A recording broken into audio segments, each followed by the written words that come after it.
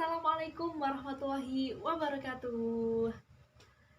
Ya, halo teman-teman, gimana nih kabarnya? Dimanapun kalian berada, semoga dalam keadaan sehat selalu ya. Nah, kembali lagi bersama aku Urfi Fatimatul Fikriyah dari kelas PS3B Politeknik Negeri Semarang. Nah, jika pada kesempatan sebelumnya kita telah belajar tentang pentingnya zakat produktif, pada kesempatan kali ini kita akan belajar tentang pendayagunaan zakat yang tepat sasaran.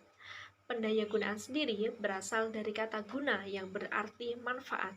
Menurut Kamus Besar Bahasa Indonesia, pendayagunaan adalah pengusahaan agar mampu mendatangkan hasil dan manfaat. Menurut Isnaini, pendayagunaan zakat adalah mendistribusikan dana zakat kepada para mustahik dengan cara yang produktif. Zakat ini diberikan sebagai modal usaha yang akan mengembangkan usahanya itu agar dapat memenuhi kebutuhan hidupnya sepanjang hayat. Dalam Undang-Undang Nomor 23 Tahun 2011 Pasal 27 tentang pendayagunaan zakat, yang pertama adalah zakat dapat digunakan untuk usaha produktif dalam rangka penanganan fakir miskin dan peningkatan kualitas umat. Yang kedua, pendayagunaan zakat untuk usaha produktif sebagaimana dimaksud pada ayat 1 dilakukan apabila kebutuhan dasar mustahik telah terpenuhi. Yang ketiga, ketentuan lebih lanjut tentang pendayagunaan zakat untuk usaha produktif sebagaimana yang dimaksud dalam pasal 1 ayat 1. Yang ketiga, ketentuan lebih lanjut tentang pendayagunaan zakat untuk usaha produktif sebagaimana yang dimaksud pada ayat 1 diatur dengan peraturan menteri. Jadi, yang dimaksud dengan pendayagunaan zakat adalah bentuk pemanfaatan dana zakat secara maksimum tanpa mengurangi nilai dan kegunaannya sehingga berdaya guna untuk mencapai kemaslahatan umat. Selanjutnya adalah sejarah pendayagunaan zakat. Sejarah pendayagunaan zakat ini sudah ada dari zaman Rasulullah SAW. Nah, Allah SWT itu memerintahkan kewajiban berzakat sudah jelas dalam Al-Quran pada tahun kedua Hijriah. Rasulullah biasanya mengumpulkan zakat perorangan dan membentuk panitia pengumpul zakat dari umat muslim yang kaya raya dan dibagikan kepada orang-orang yang miskin atau orang-orang yang membutuhkan.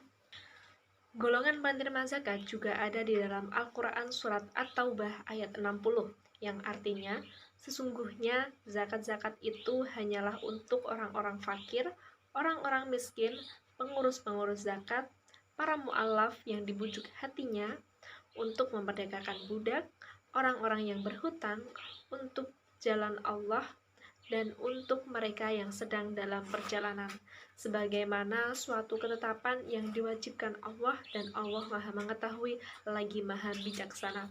Al-Quran Surat At-Taubah ayat 60. 8 golongan penerima zakat berdasarkan Al-Quran Surat At-Taubah ayat 60. Yang pertama adalah fakir.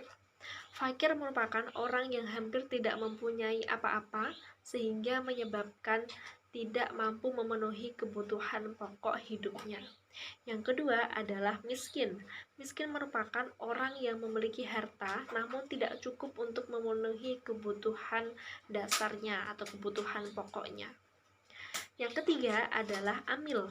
Amil adalah orang yang mengumpulkan dan mendistribusikan zakat atau panitia pengelolaan zakat.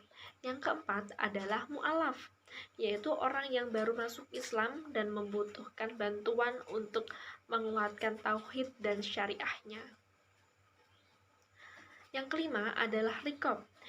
Riqab ini merupakan budak atau hamba sahaya yang ingin memperdagangkan diri sendiri. Yang keenam adalah ghorimin, yaitu orang yang berhutang untuk memenuhi kebutuhan hidup dalam mempertahankan jiwa dan izzah atau kehormatannya. Yang ketujuh adalah fisabilillah, yang merupakan orang yang berjuang di jalan Allah seperti dakwah, jihad, dan semacamnya. Dan yang terakhir adalah ibnu sabil, yaitu orang yang kehabisan biaya dalam perjalanan dalam ketaatan kepada Allah Subhanahu wa taala. Prinsip pendayagunaan zakat.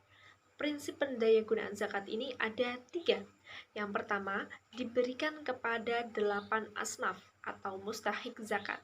Yang kedua, manfaat zakat itu dapat diterima dan dirasakan manfaatnya. Yang ketiga, sesuai dengan keperluan mustahik, yaitu ada konsumtif ataupun produktif. Nah, pendayagunaan zakat ini yang dikumpulkan oleh Badan Amil Zakat diarahkan pada program-program yang memberikan manfaat jangka panjang untuk perbaikan kesejahteraan mustahik. Pendayagunaan zakat pada prinsipnya bertujuan untuk meningkatkan status mustahik menjadi muzaki melalui peningkatan kualitas sumber daya manusia dan pemberdayaan sosial serta pengembangan ekonomi. Selanjutnya adalah bentuk-bentuk pendayagunaan zakat.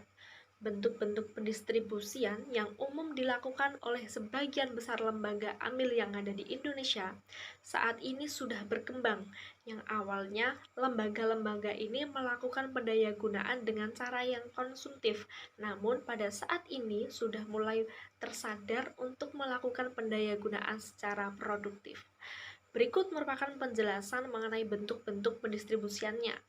Yang pertama adalah konsumtif tradisional.